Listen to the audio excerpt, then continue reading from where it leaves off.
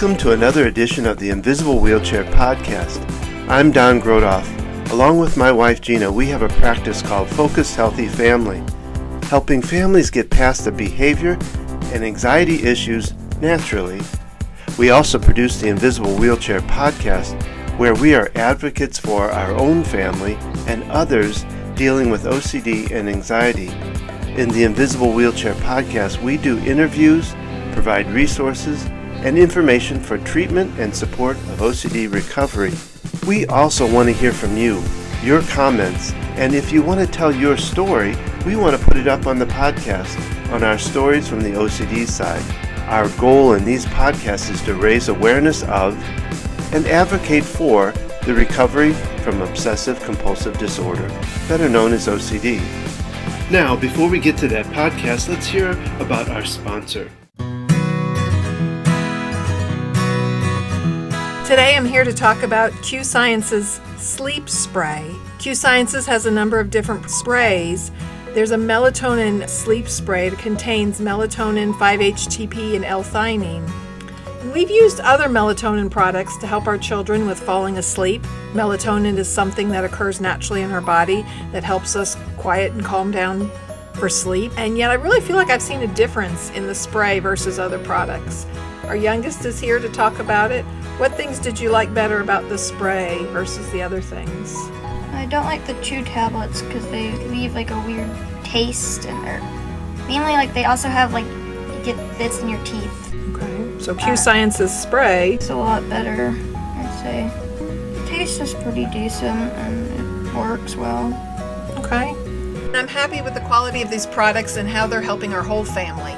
If you'd like to learn more, simply go to qsciences.focusedhealthyfamily.com. That's the letter Q, sciences.focusedhealthyfamily.com, or visit invisiblewheelchair.com and find out more information there. There are a lot of supplement products out there, yet you want one that's of good quality. Check out Q Sciences for your family. Now, let's get to that podcast. This is podcast number 14, called ERP therapy.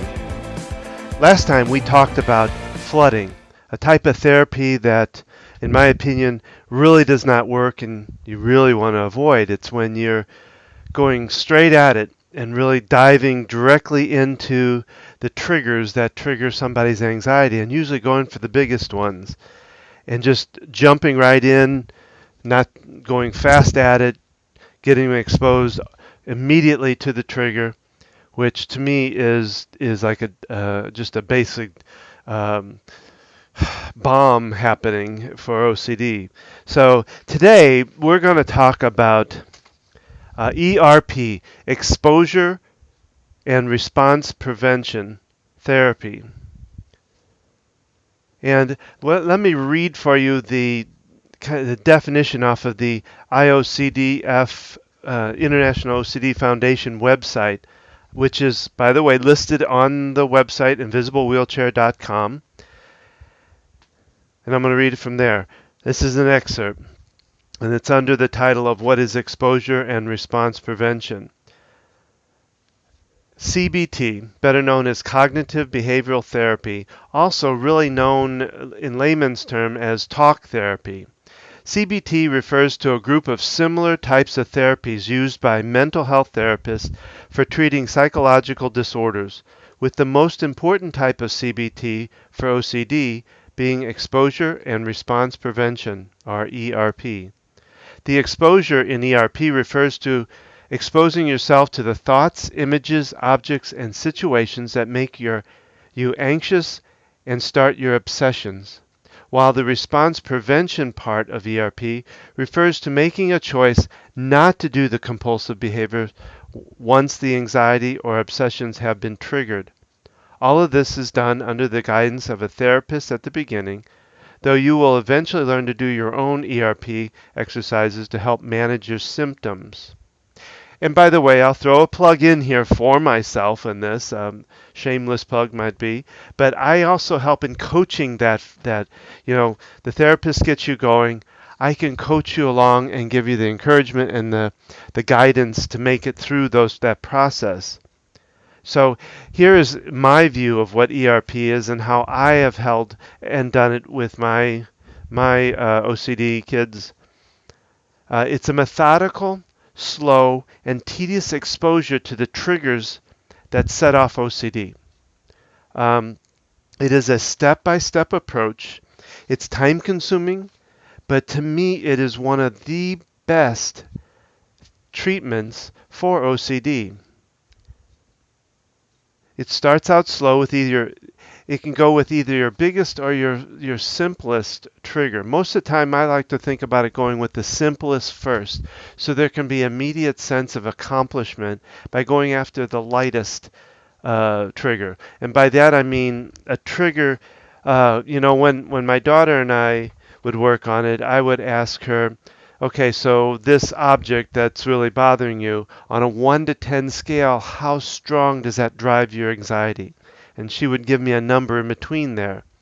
So a simple or a light trigger would probably be like a 2 or 3, or somewhere in that range, the lower end of that number. A bigger one would be an 8, 9, or a 10. So what most people I think suggest, and what I think is probably the best, is to start out with those simple ones, the ones that rank at a 2 or 3 or less, because then that one can be easily gotten over. The anxiety is not real strong, so you can knock that anxiety out, and it's an accomplishment. It makes them feel good, like they are able to then do something.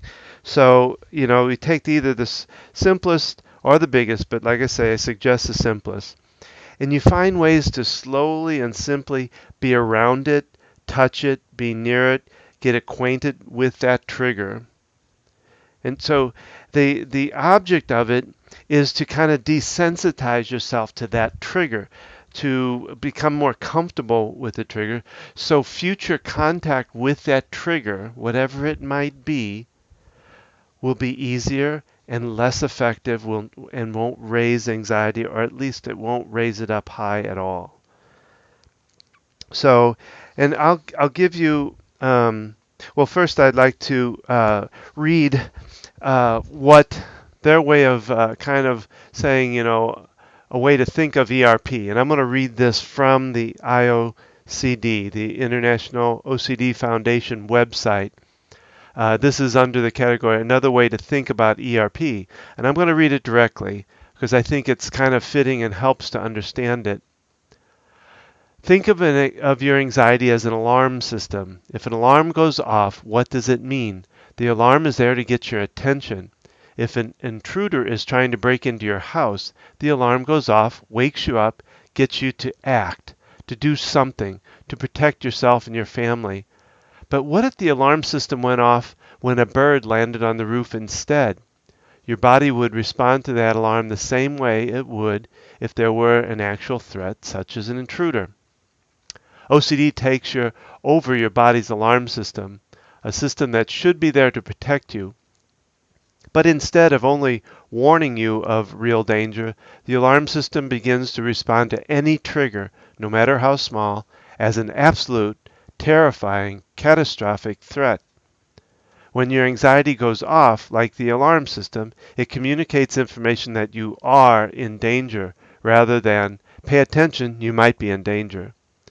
Unfortunately, with OCD, your brain tells you that you are in danger a lot, even in situations where you know that there is a very small likelihood that something bad might happen. This is one of the cruelest parts of this disorder. And that is so true. So what I wanted to give you an idea of a real example, and again I use my daughter because we did a lot of work. We probably did about a year's worth of ERP with her. So with my daughter, as an example, one of her triggers was getting into the car. She couldn't sit in the seats in it, but first off, we couldn't get her into the car to be able to even get to the therapist that we were working with at the time. So the very first thing is she couldn't touch the door handle.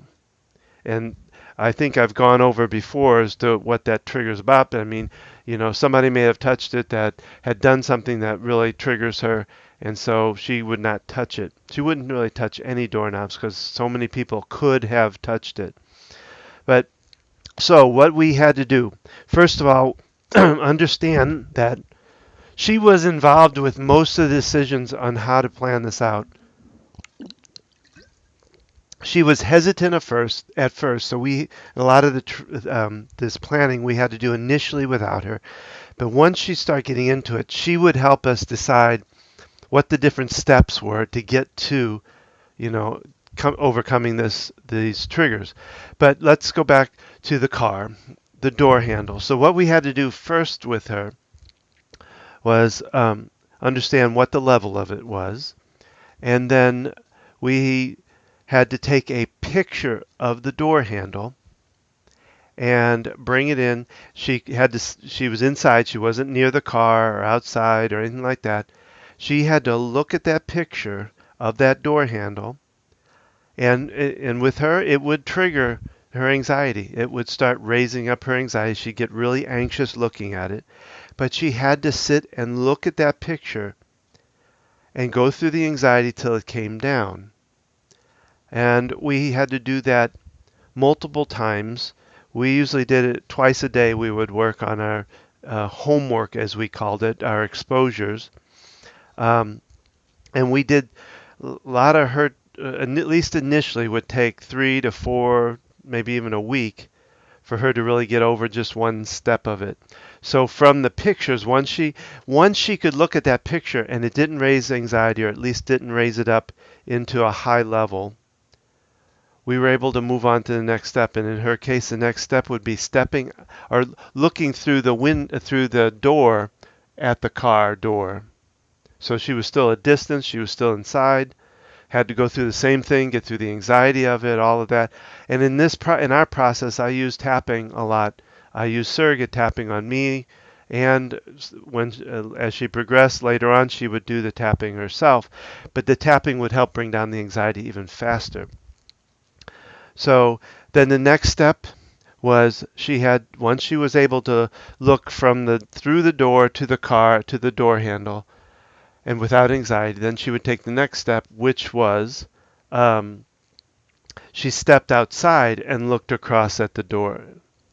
And we had to go through the same process there till the anxiety went down. Then she had to step closer.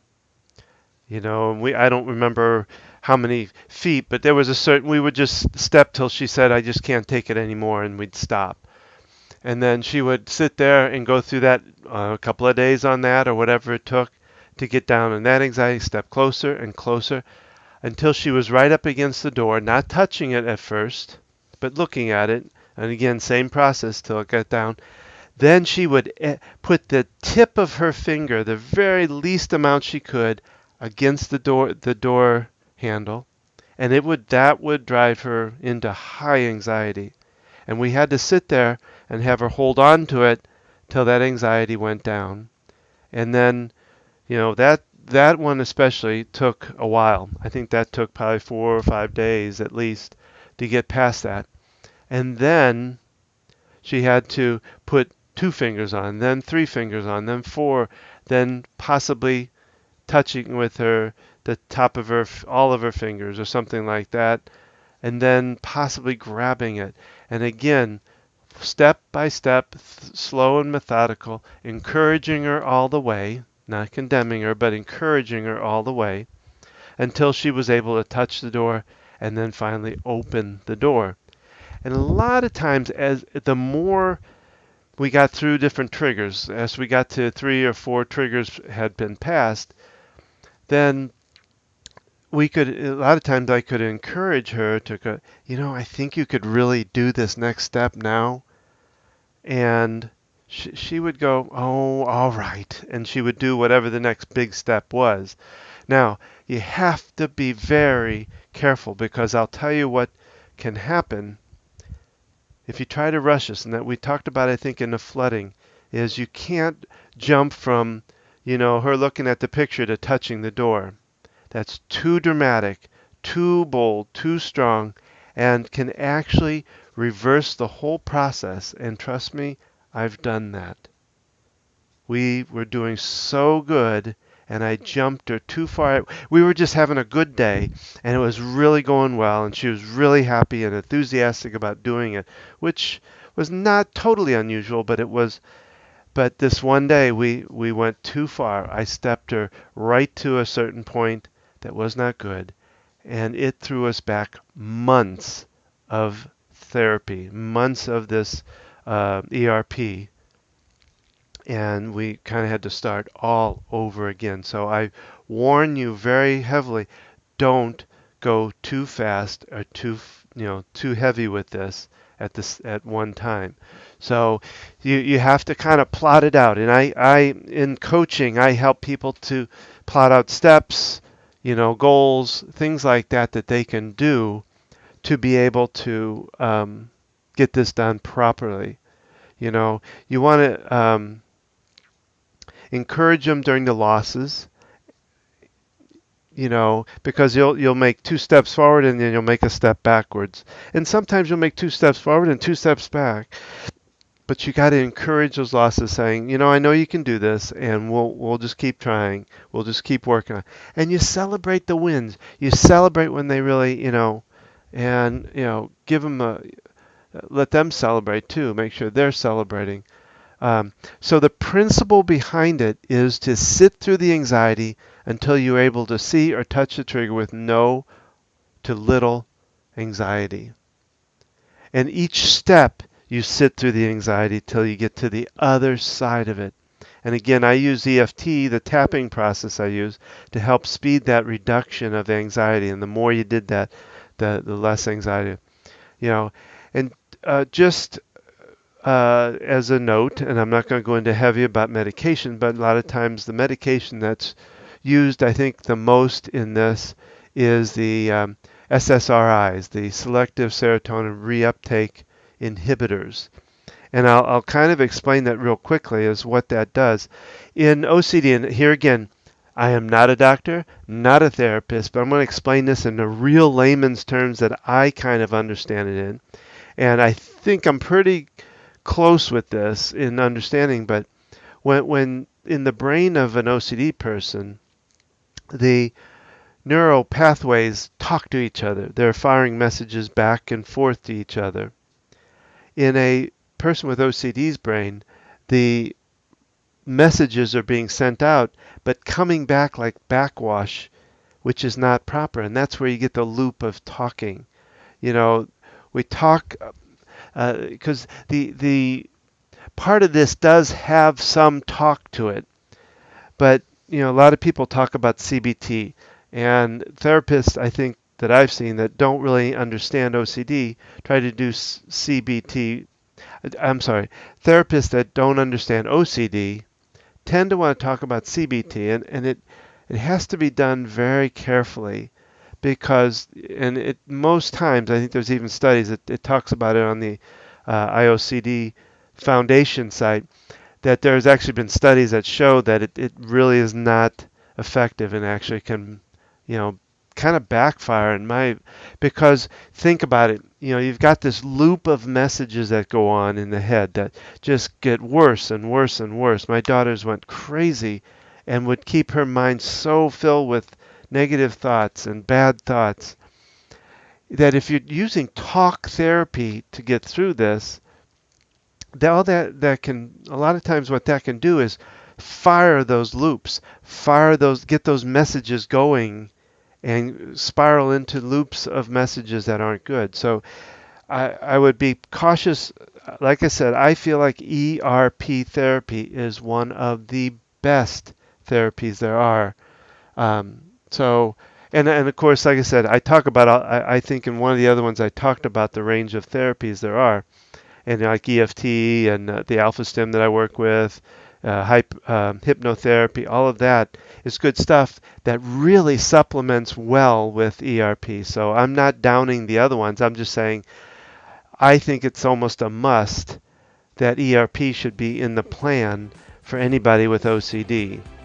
So I hope this has helped, and I look forward to our next talk. You have a good day. Thank you. This concludes this podcast. We hope you will subscribe if you haven't already. Remember, we would love your comments, or if you have a story to tell, we want to put it up on the podcast. Simply go to invisiblewheelchair.com to do that. Don't forget to like us on Facebook at Invisible Wheelchair Podcast. If you or someone you know would like to be a guest, we love guests. So simply go to invisiblewheelchair.com and contact us from there. Gina and I are here to help you or your family get to a better place naturally. Simply visit focusedhealthyfamily.com for more information.